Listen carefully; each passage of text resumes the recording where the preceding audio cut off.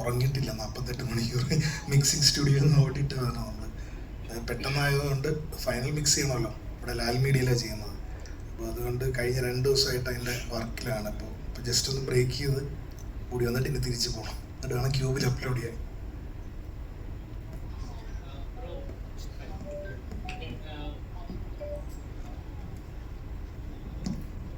ഫാലിമി കണ്ട് പ്രേക്ഷകർ ഒരുപാട് സന്തോഷിച്ച് തിയേറ്ററിൽ ഇറങ്ങിയൊരു സിനിമയാണ്. അപ്പോൾ എല്ലാവർക്കും എല്ലാ ടൈപ്പ് ഓഡിയൻസിനും ഒരേപോലെ എൻജോയ് ചെയ്യാൻ പറ്റുന്ന ഒരു സിനിമയായിരുന്നു ഫാലിമി. അപ്പം ഇതിന് ട്രെയിലർ കണ്ടപ്പോഴായാലും അതേപോലൊരു ഒരുപാട് ക്യാരക്ടേഴ്സ് ഒരു ഫ്രെയിമിൽ എൻജോയ് ചെയ്ത് അവിടുത്തെ കല്യാണ വീട്ടിലെ സിറ്റുവേഷൻസും അവിടെ പ്രശ്നമാണെങ്കിൽ ഇവിടെ ചിരിക്കാൻ പറ്റുന്ന ലെവലിലുള്ള ഇത് പക്ക ഒരു എന്റർടൈനിങ് കോമഡി ഫിലിം തന്നെയാണോ? അതെ, ഒരു എന്റർടൈനർ എന്ന് മാത്രമല്ല, അതിനകത്ത് ഇത് ഒരു സാൻജോ ജോസഫ് എന്ന് പറഞ്ഞ ഇതിൻ്റെ ഒരു കോൺസെപ്റ്റ് ഡെവലപ്പ് ചെയ്ത ആളുടെ വീടിനടുത്ത് നടന്ന ഒരു സബ്ജക്റ്റാണ്. അപ്പോൾ ആ സബ്ജക്റ്റ് നമ്മളെടുത്തിട്ട് ഞാനും സാൻജോ ആൻഡ്രാജും കൂടെ ഡിസ്കസ് ചെയ്ത് അതിൽ ഒരുപാട് ക്യാരക്ടേഴ്സിൻ്റെ ഒരു റോളർ കോസ്റ്റർ ഇമോഷൻസാണ്. എല്ലാവരും ഓരോ ടൈമിൽ ഫ്ലിപ്പ് ആയിക്കൊണ്ടിരിക്കും. അതിൻ്റെ ഒരു ട്രാവലാണ്. അതിൻ്റെ ഇടയിൽ ഞാൻ എല്ലാ ഇമോഷൻസും പോകുന്നുണ്ട്. എന്നാലും മെയിനായിട്ട് നമ്മുടെ ഈ നാട്ടിലെ കൗൺസിലർ പോലെ, മെമ്പർ പോലെ ഒരു ചേട്ടൻ ഉണ്ടാവുമല്ലോ, അങ്ങനത്തെ ഒരു ക്യാരക്ടറാണ് ജീവ ബ്രോ പ്ലേ ചെയ്തിരുന്നത്. അപ്പോൾ പുള്ളിക്കാരൻ ഇതിൻ്റെ ഇടയിൽ പെട്ടുപോകുന്നതും പുള്ളിയുടെ ഇമോഷൻസിൻ്റെ ഒരു ട്രാവലുമാണ് പടം. ശരിക്കും അത് കണ്ടപ്പോൾ ഫസ്റ്റ് മൈൻഡിൽ തോന്നിയത് നമ്മുടെ മലയാളത്തിലെ ബിജുമോഹൻ ചേട്ടൻ അഭിനയിച്ച വെള്ളിമൂങ്ങ അതേപോലത്തെ സിനിമകളുണ്ടല്ലോ. ഒരു നാട്ടിൽ പാർട്ടിക്കാരൻ അവനെ ഹൈലൈറ്റ് ചെയ്യാൻ ശ്രമിക്കുന്നതും അവൻ ആ നാട്ടിലെ എല്ലാമാണെന്ന് കാണി. അപ്പം അതുകൊണ്ട് ഇത് മലയാളത്തിൽ ചിലപ്പോൾ ചെയ്തു കഴിഞ്ഞാൽ ഈ റെഫറൻസ് ഒക്കെ ആളുകൾ അങ്ങനത്തെ മൂഡല്ല, അത് കംപ്ലീറ്റ്ലി വേറൊരു ഫോർമാറ്റ്. അത് ഇതിന്റെ കോൺസെപ്റ്റ് കംപ്ലീറ്റ്ലി വേറെ. മലയാളത്തിൽ അത് അന്ന് ചെയ്യാൻ പറ്റിയില്ല, ട്രൈ ചെയ്തായിരുന്നു, പക്ഷെ അന്ന് ചെയ്യാൻ പറ്റാതായപ്പോൾ അത് അത്രയും വർക്ക് ചെയ്തിരുന്നു അതിൽ. പിന്നെയാണ് ഫാലിമിയിലേക്ക് പോയത് ഞാൻ.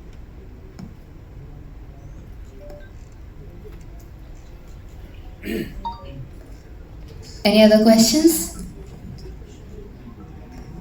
ஜியூ சார்,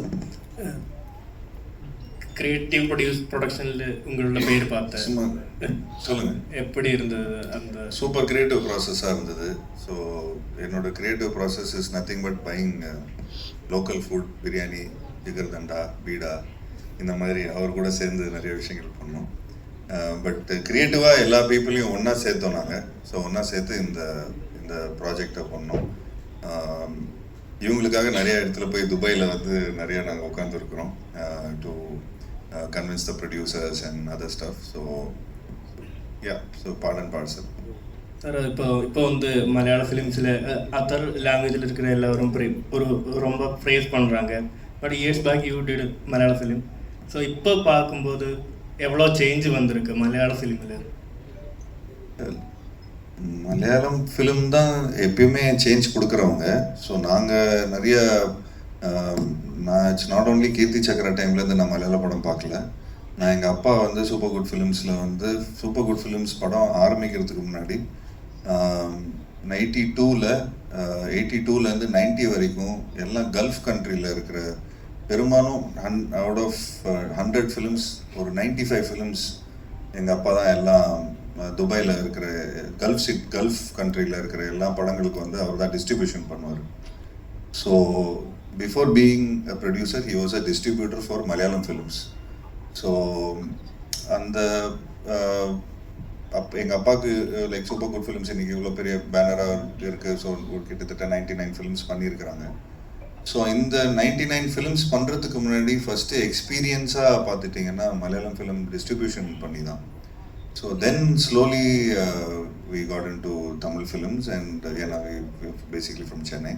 ஸோ அதுக்கப்புறம் ஒரு 10-15 இயர்ஸ்க்கு அப்புறம் நான் இன்ட்ரடியூஸ் ஆனேன்.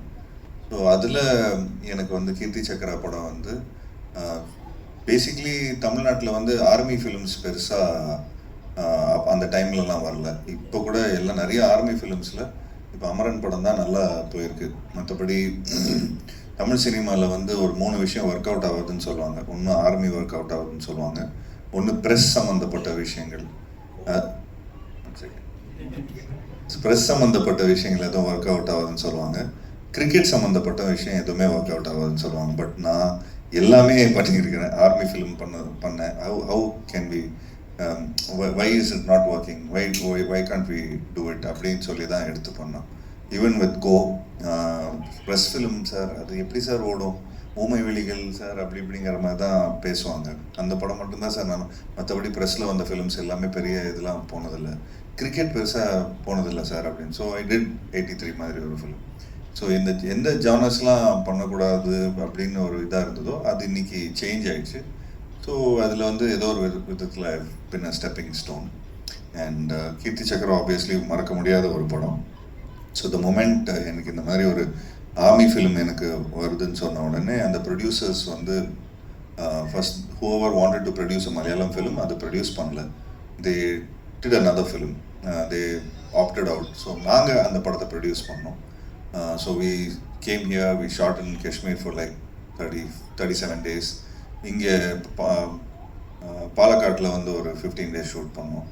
And working with Mohanlal sir, சொல்லவே வேணாம், it was a great experience. And I was some 22 or something when I worked in Kirti Chakra.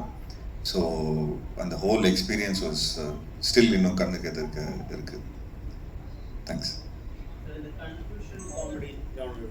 கலகலப்பில் அந்த கிளைமேக்ஸ் சீக்வன்ஸில் வருமே எல்லாரும் அங்கே இங்கே ஓடிட்டு இருப்பாங்க. கரெக்ட். பிரியதர்ஷன் சார் அந்த மாதிரி ஒரு ஃப்ளேவர் இந்த படத்துக்கு இருக்கா? அதுவும் இருக்கு. சட்டையர் இருக்கு. டைரக்டர்கிட்ட தான் சொல்லணும்.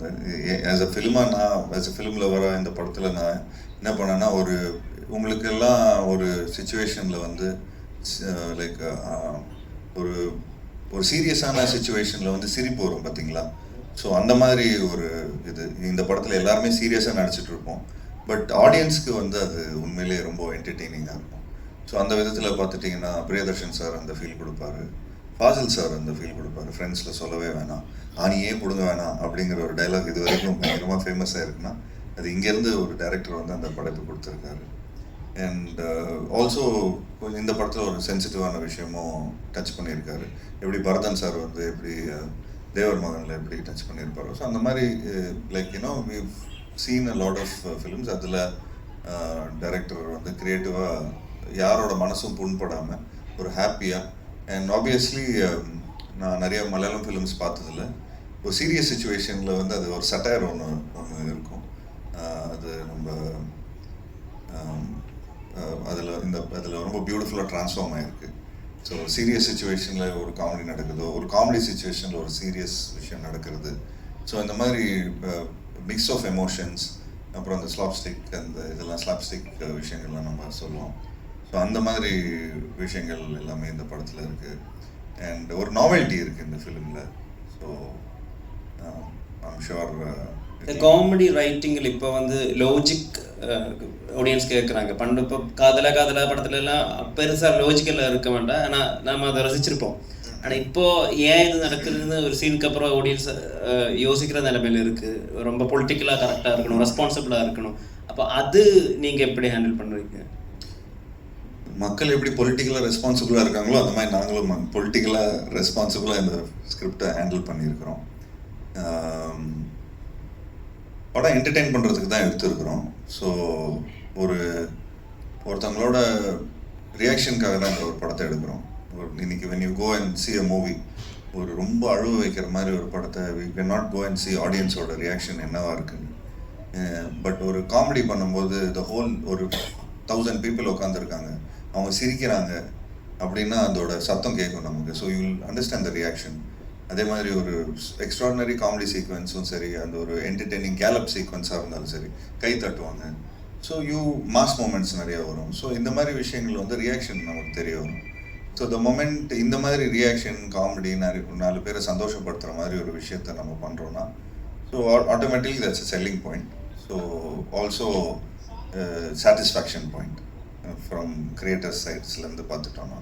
இப்போ தமிழ் படத்தில் எடுத்து பார்த்தீங்கன்னா ரொம்ப ஹை கான்செப்ட் படங்கள் இருப்பாங்க. மணிகண்டன் மட்டும்தான் இந்த மிடில் கிளாஸ் படங்கள் பண்ணிட்டு இருக்காங்க.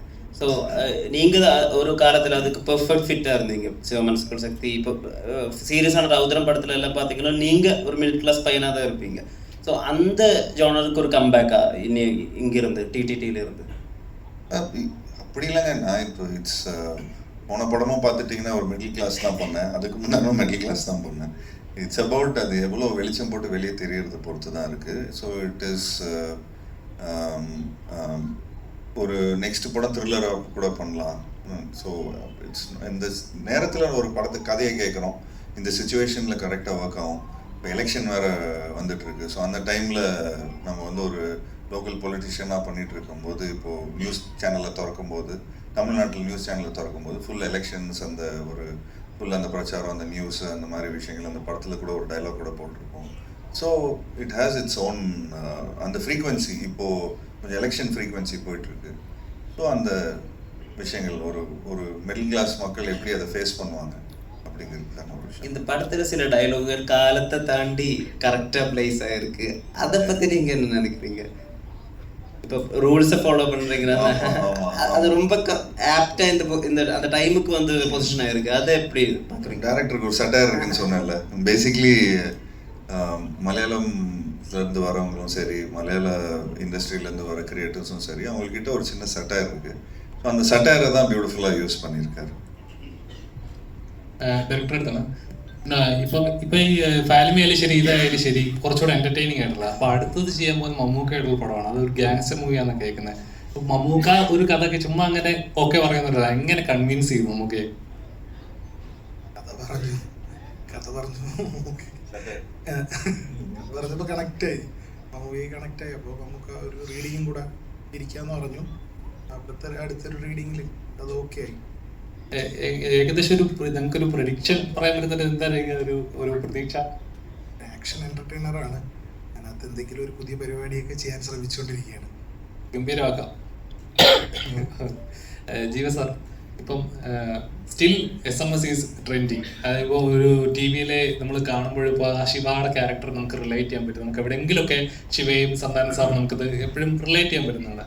അപ്പോൾ ഇന്നത്തെ ജനറേഷനിൽ ഇങ്ങനത്തെ ലവ് സ്റ്റോറീസ് ഒക്കെ കാണുന്ന സമയത്ത് how do you feel about that? എന്താ ശിവ ഇപ്പോഴും എന്താ ഒരു പ്രേമം വന്നു കഴിഞ്ഞാൽ എല്ലാം തുറന്നു പറഞ്ഞ അങ്ങനെ ഒരു കഥാപാത്രം മിസ് ചെയ്യുന്നുണ്ടോ ശരിക്കും? இப்போ இருக்கிற சிவா வந்து இப்போ இருக்கிற ஜென்ரேஷன் அரெஸ்ட் ஆகிடுவான். ஏன்னா கொஞ்சம் டாக்ஸிக்கான இதுதான். But yes, I'm working with the same director. நம்ம SMS படத்தோட டைரக்டர் ராஜேஷ், அவரோடய இப்போது ஜாலியாக இருந்த ஒருத்தன்னு சொல்லி ஒரு படம் நடிக்கிறேன். அதோட ப்ரோமோஸ்லாம் வெளியே வந்திருக்கு, நீங்கள் பாருங்கள். ஸோ இன்றைக்கி இருக்கிற ஜென்ரேஷனில் எப்படி பாய்ஸ் ஃபேஸ் பண்ணுறாங்க அப்படிங்கிற ஒரு மேல் மென்டல் ஹெல்த்துக்கான ஒரு ஃபிலிமாக நான் பண்ணியிருக்கிறேன். സാർ, അതുപോലെ ഇപ്പോൾ സിനിമകൾ എപ്പോഴും എന്താ പറയുക, പൊളിറ്റിക്കൽ കറക്റ്റ്നെസ് അല്ലെങ്കിൽ സിനിമ ഈസ് ഫ്രീ വേൾഡാണ്. അപ്പോൾ നമുക്ക് നമ്മുടെ ഇമാജിനേഷൻ നമുക്ക് ക്രിയേറ്റ് ചെയ്യുന്ന ഒരു സ്പേസ് ആണത്. അതിന് വന്ന് ഇപ്പോൾ ബ്ലോക്ക് ചെയ്യുക, സെൻസർ ചെയ്യുക എല്ലാം ചെയ്യുമ്പോൾ ഉണ്ടാകുന്ന ഒരു ക്രിയേറ്ററുടെ സ്പേസ് ആണ് പോകുന്നത്. അപ്പോൾ ഒരു ആക്ടറിനെ സംബന്ധിച്ച് നമ്മൾ അത്ര എഫേർട്ട് ഇട്ട് ചെയ്യുന്ന ഒരു കാര്യം ഇല്ല, സ്ക്രീനിൽ അത് ഓഡിയൻസ് കൺവേ ചെയ്യാൻ പറ്റിയില്ലെങ്കിൽ അത് എന്താ പറയുക, അത് വേറൊരാളുടെ കുഴപ്പമാവാം. How do feel about that? கிரியேட்டருங்கிறது வந்து நல்ல கிரியேட்டர்ஸும் இருக்கிறாங்க, லைக் கான்ட்ரவர்ஷி பண்ணுற கிரியேட்டர்ஸும் இருக்கிறாங்க. ஸோ இட்ஸ் அபவுட் இன்னைக்கு நம்மளோட ஸ்டேட்டோடையோ நம்மளோட நேஷ்னலோட பீஸ் வந்து போகாமல் இருக்கணும்னா, ஸோ அதுக்கு தான் சென்சார்ஷிப்னு ஒரு விஷயம் இருக்குது. இப்போது if you see I did a film call gypsy, அதில் வந்து ஃபுல்லாக கேரளாவில் கூட தான் ஷூட் பண்ணியிருப்பேன். சன்னி வெயின்லாம் நடிச்சிருப்பார். அதில் கிட்டத்தட்ட 48 சென்சார் கட்ஸ் இருக்குது. ஸோ ஏதோ ஒரு விதத்தில் it is hurting people's sentiments to maintain states peace, national peace அப்படிங்கிறது வந்து ஐ திங்க் கவர்மெண்ட்டாக அதுக்கு தான் நியமிக்கப்பட்டிருக்கிறாங்க.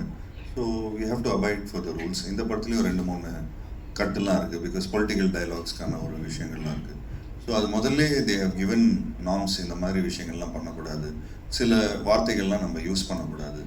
ஸோ அதெல்லாம் மீறியும் நம்ம அந்த சில வார்த்தைகள் யூஸ் பண்ணுறோன்னா, if it is affecting people's sentiment and அந்த கமிட்டியில் இருக்கிறவங்களுக்கு it feels that it's is going to effect people's sentiments அப்படிங்கும்போது I think it's we have to abide for the law and rules.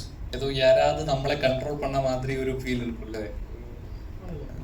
எல்லா யூத்துக்கும் சரி, எல்லா பெரியவங்களுக்கும் சரி, எல்லாருக்கும் ஒரு கண்ட்ரோல் பண்ணுற ஒரு ஃபீலிங் இருக்கும். பட் இட்ஸ் அபவுட் யார் மனசும் புண்படாமல் அந்த மெசேஜை கரெக்டாக கன்வே பண்ணோன்னா ஐ திங்க் அதுக்கு தான் there is something call comedy, satire, political satire.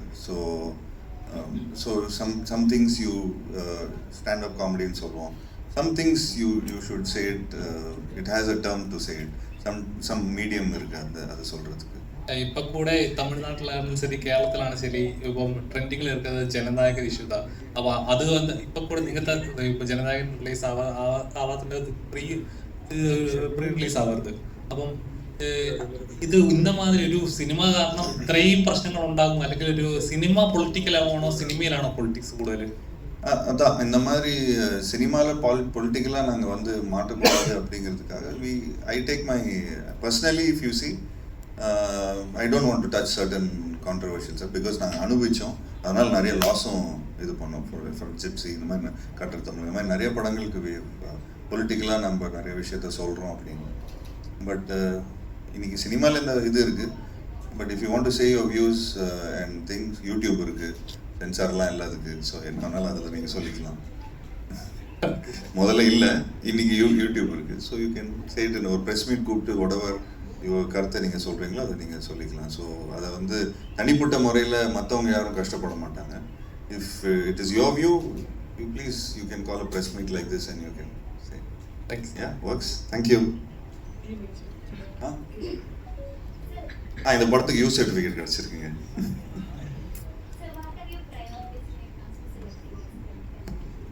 It's about the right director, and it's about the right producer and the right technician, and prioritize பண்றது மக்கள் கொஞ்சம் entertaining-ஆ இருக்கணும்.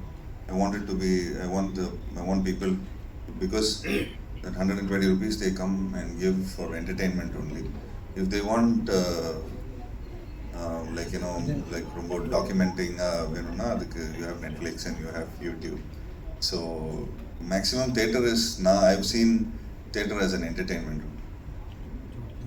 ജീവ സാർ, ഹലോ. ഹലോ സാർ, ഇപ്പം movie നിറയെ evolve ആയിട്ട് ഇങ്ങനെ കേരളാവിലെല്ലാം തമിഴ്നാട്ടിലെല്ലാം movie നിറയെ ഇവോൾവ് ആയിട്ട്, അതുകൂടെ ഓഡിയൻസ് നിറയെ இவால்வ் ஆகிட்டேன். அப்போ உங்களுக்கு எங்கே தான் மோர் எக்ஸ்பெக்டேஷன் இருக்குது, கேரளாவில் தான் தமிழ்நாட்டில் இந்த மூவிக்கிட்ட? இல்லை, all over India, pan India ஆகிடுச்சு இல்லை இப்போ.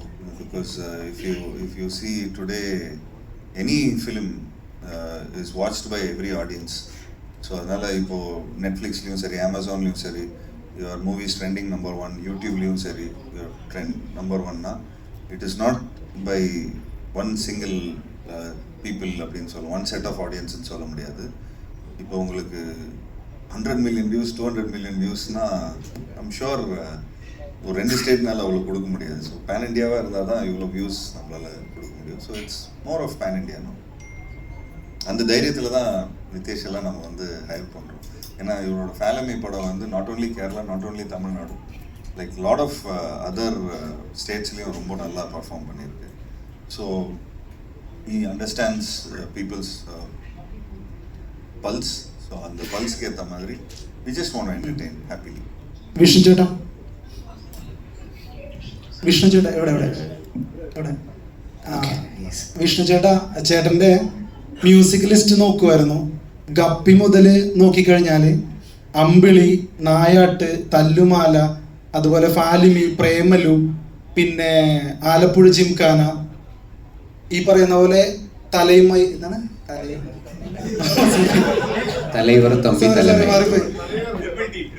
ട്രിപ്പിൾ ടി, ചവറ് പോലെ സിനിമകളൊന്നുമില്ല, പക്ഷെ ഉള്ള സിനിമകൾ മൊത്തം സംഭവമാണ്. എന്താണ് അങ്ങനെ ചെയ്യുന്നത്? കാരണം മ്യൂസിക് ഡയറക്ടേഴ്സൊക്കെ പെട്ടെന്ന് ഫീൽഡ് ഔട്ട് ആവുന്ന ഒരു സ്ഥിതിവിശേഷമുണ്ട്. എന്നിട്ടും അതുകൊണ്ടാണോ സെലക്റ്റീവ് ആവുന്നത്, അല്ലെങ്കിൽ നല്ലൊരു സംഭവം ആയിട്ട് മാത്രമേ ചെയ്യുള്ളൂ എന്ന് പറഞ്ഞിട്ടിരിക്കുകയാണ്? അങ്ങനെ ഒരു പ്രത്യേകിച്ച് ഒരു പ്ലാനിൻ്റെ ഭാഗമായിട്ട് ചെയ്യുന്നതല്ല. പക്ഷേ ഈ പറഞ്ഞ പോലെ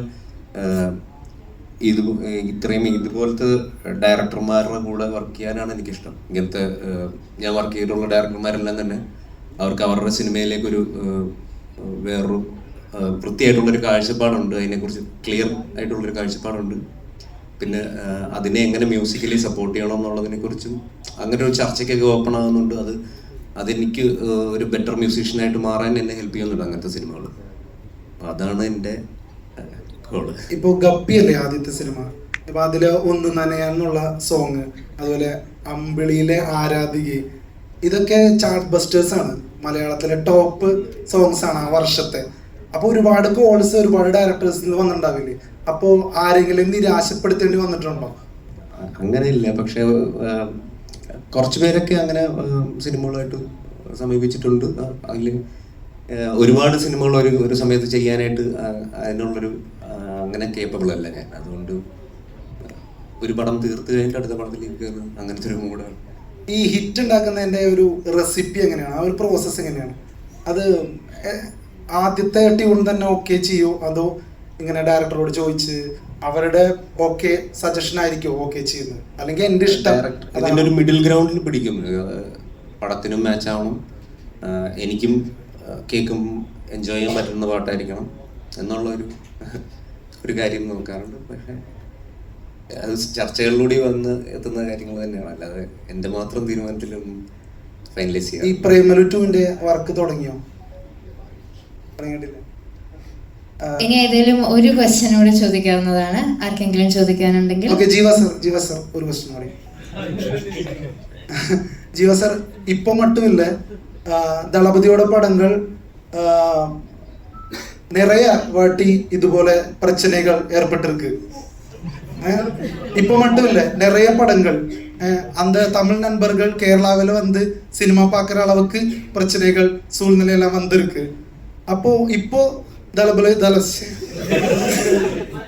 സോറി സാർ മലയാളം മിക്സ് ആയി പോകണം. இப்போ தளபதியோட ஜனநாயகன் லாஸ்ட் படம் ஒரு வாட்டி மட்டும் இருக்குனி. அப்போ அந்த படத்துக்கு இவ்வளவு பிரச்சனை, ஆக்டர்ஸ் எல்லாம் ரொம்ப சப்போர்ட் பண்ணி நாங்க பாக்குறது இல்ல தமிழ்நாட்டுல. ஏன் சார் பயமா? இல்லை, நீங்கள் சரியாக பார்க்கல, நிறைய பேர் சப்போர்ட் பண்ணியிருக்காங்க. யாரெல்லாம் சார் சொல்லுங்க. அது நீங்கள் போய் பாருங்க சார், எனக்கு தெரியும் யாரெல்லாம் போய் பார்த்துருக்காங்க. சார் நாங்க பார்க்கல, பிகாஸ் எங்களுக்கும் ஒரு மனோவலி பார்க்கல, பாருங்க, பார்த்துட்டு சொல்லுங்க சார். என்ன சார் தளபதிக்கு மட்டும் இவ்வளவு பிரச்சனை? அது தளபதி கிட்ட போய். Thank you so much for the question.